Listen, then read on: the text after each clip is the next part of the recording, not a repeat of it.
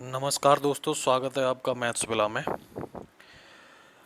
आज हम इस मैथ्स बिला में शुरुआत कर रहे हैं पॉलिटी की। ठीक है, तो पॉलिटी में हम सबसे पहले प्रियम्बल प्रस्तावना से शुरुआत करते हैं। राइट, तो हम प्रस्तावना की आज शुरुआत करेंगे कि प्रस्तावना क्या है। सारी कुछ हम प्रस्तावना के बारे में जानेंगे, वहाँ से क्वेश्चन बनते हैं एग्जाम में। Right, this is all about me. I am Gaurav. Right, I am your educator at Mathsvilla. Right, चलिए शुरुआत करते हैं without wasting the time.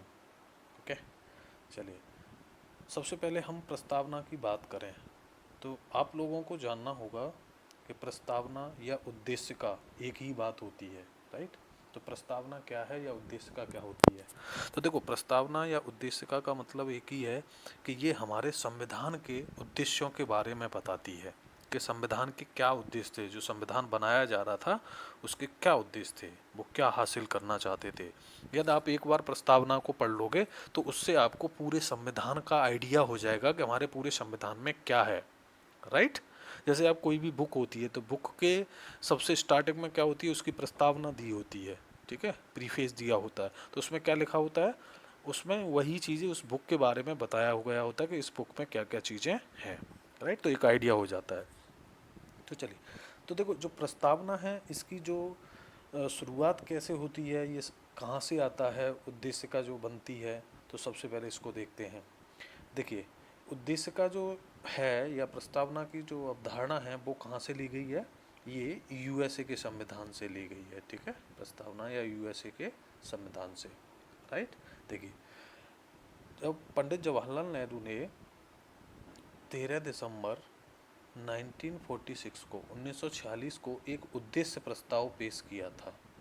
Right, उद्देश्य प्रस्ताव संविधान सभा का जब गठन हो गया था, ये लेक्चर हम बनाएंगे इस पे सारा।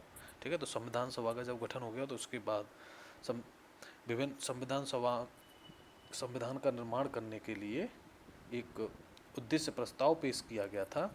उस उद्देश्य प्रस्ताव में को कब, 13 दिसंबर 1946 को। राइट, यही उद्देश्य प्रस्ताव 22 जनवरी 1947 को पास हुआ। ठीक है, पास हो गया। फिर उसके बाद में ये प्रस्ताव आगे चल करके भारतीय संविधान की उद्देश्य का बन गया। राइट, इस बात को ध्यान रखें। सॉरी, चलिए, और उस उद्देश्य का की अवधारणा कहाँ से ली गई है, ध्यान रखें, यूएसए के संविधान से। तो पहले हम समझते हैं हमारी उद्देशिका में क्या है। ठीक है, चलिए देखो, ये है हमारी उद्देशिका। बोलती क्या कहती है ये, हम भारत के लोग भारत को एक संपूर्ण प्रभुत्व संपन्न समाजवादी पंथनिरपेक्ष लोकतांत्रिक गणराज्य बनाने के लिए उसके समस्त नागरिकों को सामाजिक आर्थिक राजनीतिक न्याय। राइट, सबसे पहले हम यहीं से समझते चलते हैं। राइट, देखिए जो हमारी उद्देश्य का है वो क्या क्या बताती है, चार मेन बातें बताती है। क्या, कि संविधान की शक्ति का जो स्रोत है वो क्या है, दूसरा हमारा जो भारत होगा वो कैसा होगा, उसकी प्रकृति के बारे में बताती है, तीसरा क्या बताती है कि हमारा जो भारत है उसके उद्देश्य क्या है, वही तो बता रहे उद्देश्य क्या है उसके बारे में, और चौथा बताती है कि हमारा जो संविधान है वो लागू कब हुआ, उस डेट को बताती है। चार चीज़ें मुख्य रूप से। तो इसकी शुरुआत हुई है हम भारत के लोग। राइट, हम भारत के लोग मीन्स क्या है, we the people of India, यानी जो संविधान की शक्ति का स्रोत है वो भारतीय जनता है। राइट, ध्यान रखिए। ठीक है, उद्देश्य क्या है ये देखते हैं कि एक संपूर्ण प्रभुत्व संपन्न समाजवादी पंथनिरपेक्ष लोकतांत्रिक गणराज्य, ये क्या है, ये बनाना है हमको। अपने देश को कैसा बनाना है, एक प्रभुत्व संपन्न सोवरेन समाजवादी पंथनिरपेक्ष लोकतांत्रिक गणराज्य, ये उद्देश्य थे। वो सॉरी, ये ऐसी मतलब क्या है, ये प्रकृति, ऐसा हमारा भारत होगा। राइट, चलिए देखिए यहाँ पर जो प्रभुत्व संपन्न है इसका मतलब क्या है, सोवरेन कंट्री होगा, यानी हमारा जो देश है किसी दूसरे देश पर डिपेंड नहीं है, हम अपने सारे निर्णय खुद लेंगे, हम फ्री हैं। राइट, आंतरिक मामला हो चाहे वो बाह्य मामला हो, हम सारे निर्णय अपने आप खुद से लेंगे। ठीक है, समाजवादी का मतलब होता है कि हम देश में उत्पादन और वितरण के जो साधन हैं उन पर क्या है, सरकार का क्या होगा, अधिकार होगा। ठीक है, और हमारे देश में लोकतांत्रिक समाजवाद की अवधारणा को लागू किया गया है। ठीक है, जिसमें क्या होता है कि मिश्रित अर्थव्यवस्था को अपनाया जाता है, राइट। ऐसे 1990-91 के बाद में क्या है, 1990-91 तक क्या था कि समाजवाद पूरी तरह एक साम्यवादी व्यवस्था रही थी। उसके बाद क्या है कि हमने मिश्रित अर्थव्यवस्था को अपना लिया, ठीक है, जिसमें उत्पादन और वितरण में सरकार और निजी दोनों क्षेत्र क्या है समान रूप से भागीदार हैं, ठीक है। तो समाजवाद का उद्देश्य होता है लोक कल्याण को ध्यान में रखना, ठीक है। इसीलिए क्या होता है कि उत्पादन और वितरण ज़्यादातर सरकार के द्वारा किया जाता है, जिससे कि आम जनता का शोषण न हो सके। लेकिन हमारे देश में चूंकि लोकतांत्रिक समाजवाद है तो मिश्रित अर्थव्यवस्था पर जोर दिया गया है। चलिए, उसके बाद है ये पंथ निरपेक्ष शब्द है, ठीक है। पंथ निरपेक्ष, ध्यान रखें, ये पंथ निरपेक्ष का मतलब होता है सेकुलर,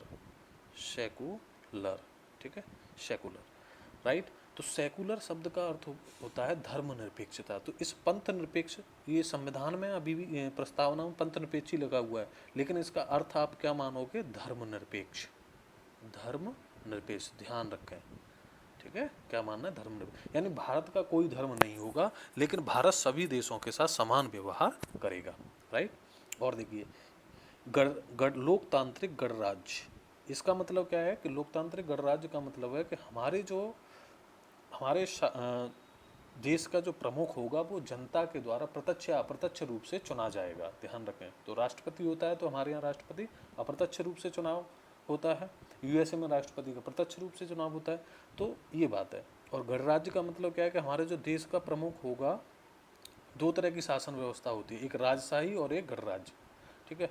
तो जो हमारे यहाँ का जो प्रमुख होगा वो जनता के द्वारा प्रत्यक्ष या अप्रत्यक्ष रूप से निर्वाचित होगा, यानी वंशानुगत नहीं होगा, कि मतलब वंश परंपरा के आधार पर नहीं चलेगा कि इस वंश के ये लोग इसके बाद ये राजा बनेगा या, ठीक है, उनके बेटे राजा बनेंगे, ऐसा नहीं है, ठीक है। और लोकतंत्र तो समझ गई, क्योंकि जनता क्या होगी, प्रत्यक्ष रूप से या अप्रत्यक्ष रूप से चुनाव में भागीदारी लेगी, राइट।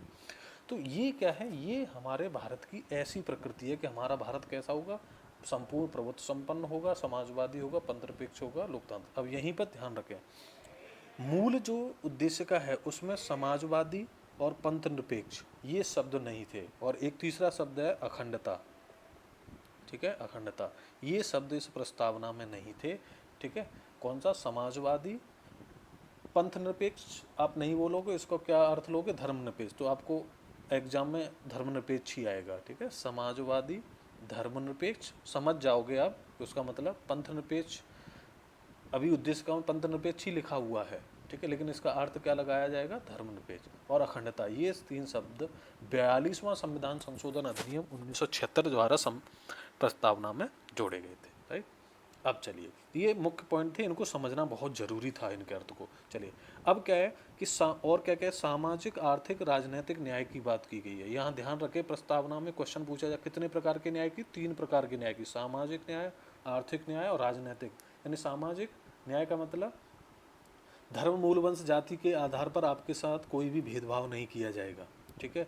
आर्थिक का मतलब धन संपदा के आधार पर, आर्थिक कारणों के आधार पर किसी के साथ भेदभाव नहीं किया, ये अमीर है या गरीब है, ठीक है, इस तरीके का। राजनीतिक यानी सभी को समान राजनीतिक अधिकार प्राप्त होंगे, ठीक है। उसके बाद देखिए, विचार, अभिव्यक्ति, विश्वास, धर्म और उपासना की स्वतंत्रता, यानी ये 5 प्रकार की स्वतंत्रता की बात करती है, हमारी उद्देशिका की बात हो रही है। ये क्वेश्चन पूछा जाएगा, ठीक है, विचार की, अभिव्यक्ति, विश्वास, धर्म और उपासना, ठीक है। आप कुछ भी बोल सकते हो, अभिव्यक्त कर सकते हो, आपका अपना विश्वास है, किसी भी धर्म को मान सकते हो, उसकी उपासना कर सकते हो, किसी की भी, ठीक है, इस तरह। प्रतिष्ठा और अवसर की समानता, ठीक है, प्रतिष्ठा की और अवसर की समानता, यानी सभी को समान अवसर उपलब्ध होंगे, ठीक है। सरकार को, आप कोई भी सरकारी जॉब निकलती है तो उसमें क्या है, सभी को समान अवसर दिए जाएंगे, ठीक है। प्रतिष्ठा, सभी की इज्जत बराबर है, ठीक है, प्राप्त कराने के लिए तथा उन सब में व्यक्ति की गरिमा, राष्ट्र की एकता और अखंडता सुनिश्चित करने वाली बंधुता बढ़ाने के लिए। यानी हमारा राष्ट्र की क्या है, एकता और अखंडता को बनाए रखना है, यूनिटी को ख़त्म नहीं करना है, इंटीग्रिटी को ख़त्म नहीं करना है, और बंधुता को बढ़ाए रखना है, भाईचारे की भावना का विकास करना है, समझ रहे हो, भाईचारे की भावना का विकास करना है। तो यहाँ देखेंगे आप कि इसके लिए क्या है कि एकल नागरिकता की लागू किया गया है, भाईचारे की, जिससे क्या है कि हम सभी अपने आप को भारत का नागरिक समझें, न कि अलग अलग राज्यों का नागरिक, राइट। ये व्यवस्था की। दृढ़ संकल्प होकर इस संविधान को आज तारीख 26 नवंबर 1949 को मित मार्क्स की शुभ सप्तमी सप्तम संवत 2006 विक्रमी को एतद द्वारा इस संविधान को अंगीकृत, अधिनियमित और आत्मार्पित करते हैं। तो ये क्या है, 26 नवंबर 1949 को क्या किया गया है, हमारे संविधान को अपनाया गया है, एडॉप्ट किया गया है, इनेक्ट किया गया है, ठीक है। चलिए, तो इससे हमें क्या क्या पता चला, संविधान में प्रस्तावना से पूरा आइडिया हो गया कैसा कि संविधान की शक्ति का स्रोत क्या है, जनता। संविधान का जो हमारा भारत की प्रकृति कैसी होगी, हमारा भारत कैसा होगा, तो वो लोकतांत्रिक प्रभु राष्ट्र होगा, समाजवादी होगा, पंथनिरपेक्ष और लोकतांत्रिक गणराज्य होगा, ठीक है। और हमारे जो उद्देश्य हैं संविधान के वो क्या हैं, जो हम प्राप्त करना चाहते हैं वो क्या है, न्याय की बात करते हैं हम, सामाजिक आर्थिक न्याय, ये स्वतंत्रता की बात करते हैं हम, और प्रतिष्ठा अवसर की समानता की बात करते हैं, और बंधुत्व की। ये सारे क्या हैं, उद्देश्य हैं हमारे प्रस्तावना के, हमारे मतलब संविधान के उद्देश्य हैं, राइट। ये सब पता चल गया हमको इससे। और क्या पता चला कि संविधान लागू कब हुआ था, ये सारी चीज़ें। अब यहाँ ध्यान दें, संविधान जो लागू हुआ था तो 26 नवंबर को कुछ ही प्रावधानों को लागू किया गया था। उसके बाद 26 जनवरी 1950 को पूरा संविधान लागू हो गया था। पूर्ण संविधान लागू, इसको हम संविधान की शुरुआत का दिन कहते हैं कि संविधान की शुरुआत कब हुई, तो 26 जनवरी 1950 को। संविधान लागू कब हुआ, तो 26 नवंबर 1949। इस तरह ध्यान रखें। अच्छा, जो प्रस्तावना है हमारी वो संपूर्ण संविधान के लागू हो जाने के बाद में शुरू हुई थी, संविधान का भाग बनी थी ये संपूर्ण संविधान के लागू होने के बाद। इस बात को ध्यान रखें, ठीक है। तो ये हमने इसमें देखा। अब क्या है कि कुछ हम बातें और देख लेते हैं, इंपॉर्टेंट जो क्वेश्चन पूछे जाते हैं, राइट।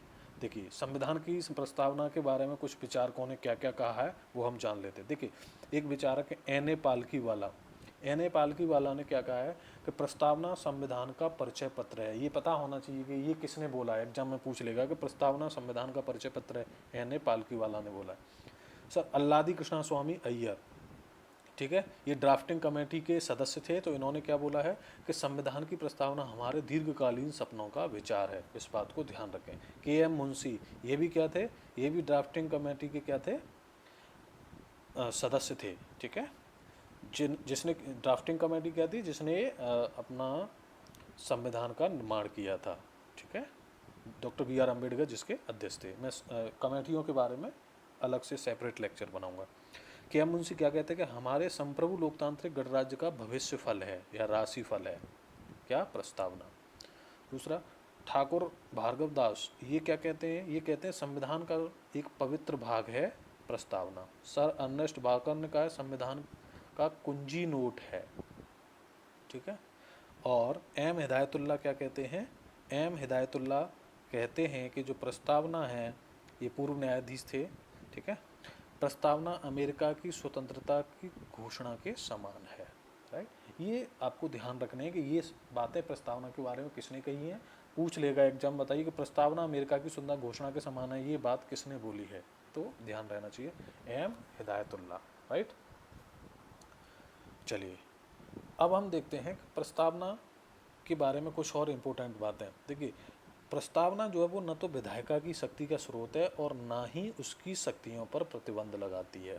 ध्यान रखें, विधायिका की शक्तियों का स्रोत नहीं है और ना ही उसकी शक्तियों पर प्रतिबंध लगाती है, ठीक है। वो तो कोई भी नियम कानून बनेगा तो वो संसद के द्वारा बनाया जाएगा, ठीक है, और उसी के द्वारा उनको शक्तियाँ प्राप्त होंगी। दूसरा इम्पोर्टेंट फैक्ट है कि जो प्रस्तावना है वो गैर न्यायिक है, अर्थात इसकी व्यवस्थाओं को न्यायालय में चुनौती नहीं दी जा सकती। मतलब जिन बातों को, जो संविधान के उद्देश्य जो बताए गए, न्याय की, सामाजिक आर्थिक राजनीतिक न्याय, विचार अभिव्यक्ति विश्वास धर्म उपासना की स्वतंत्रता, ठीक है, ये सब बातों को लागू, ये नहीं है कि आप किसी हाई कोर्ट या सुप्रीम कोर्ट चले जाओ कि भाई ऐसा क्यों नहीं हो रहा है, इन चीज़ों को लागू क्यों नहीं जा रहा है, ये ऐसा नहीं कर सकते। ये संविधान का मतलब अपनी दशाओं के अनुसार इनका क्या है, पूर्ण रूप से पालन किया जाएगा, ठीक है। ये वहाँ की सरकार के ऊपर डिपेंड करेगा, ठीक है। ऐसा नहीं कि आप कोर्ट में चले जाओ, इन व्यवस्थाओं को लागू, जैसे राज्य के नीति निर्देशक तत्व हैं तो उनमें क्या है कि लोक कल्याण की बात की गई, तो उसके जो प्रावधान हैं वो क्या है, वो उनका पालन करेंगे, पर ये जरूरी नहीं है कि वो करें, तो उसके लिए आप कोर्ट में नहीं जा सकते, ठीक है। वो देश के संसाधनों पर निर्भर करता है, देश की स्थिति पर निर्भर करेगा, ठीक है। चलिए कुछ और इम्पोर्टेंट बात करें कि प्रस्तावना को कुछ समय तक क्या था कि संविधान का भाग नहीं माना गया था। ये जो केस आया था बेरुवाड़ी संघ मामला 1960 में, बोला गया था कि प्रस्तावना संविधान का भाग नहीं है। फिर इसको चुनौती दी गई केशवानंद भारती बनाम केरल राज्य 1973 में, तो उसमें क्या है, इसको प्रस्तावना का संविधान का भाग मान लिया गया। ध्यान रखें, बहुत ही इंपॉर्टेंट पॉइंट्स हैं ये, यहाँ से क्वेश्चन मैंने आपको एक भी फालतू चीज़ नहीं बताई है, राइट। तब उसी के बाद में तो देखा कि जब प्रस्तावना क्या है संविधान का भाग बन गई, तो 42वें संविधान संशोधन अधिनियम 1976 द्वारा 3 शब्द जोड़े गए, समाजवादी, धर्मनिरपेक्ष और अखंडता शब्द। ध्यान रखें, अभी तक एक ही बार संशोधन हुआ है प्रस्तावना में केवल, ठीक है, जिसके द्वारा 3 शब्द। तो ये हमने सारा कुछ प्रस्तावना के बारे में जान लिया है इस लेक्चर में, एवरीथिंग, ठीक है। यदि लेक्चर अच्छा लगा है तो वीडियो को लाइक करें, ठीक है, कमेंट करके अपने आप सुझाव भी हमें दे सकते हैं, राइट। और चैनल को सब्सक्राइब करना ना भूलें, और इस वीडियो को ज़्यादा से ज़्यादा लोगों के बीच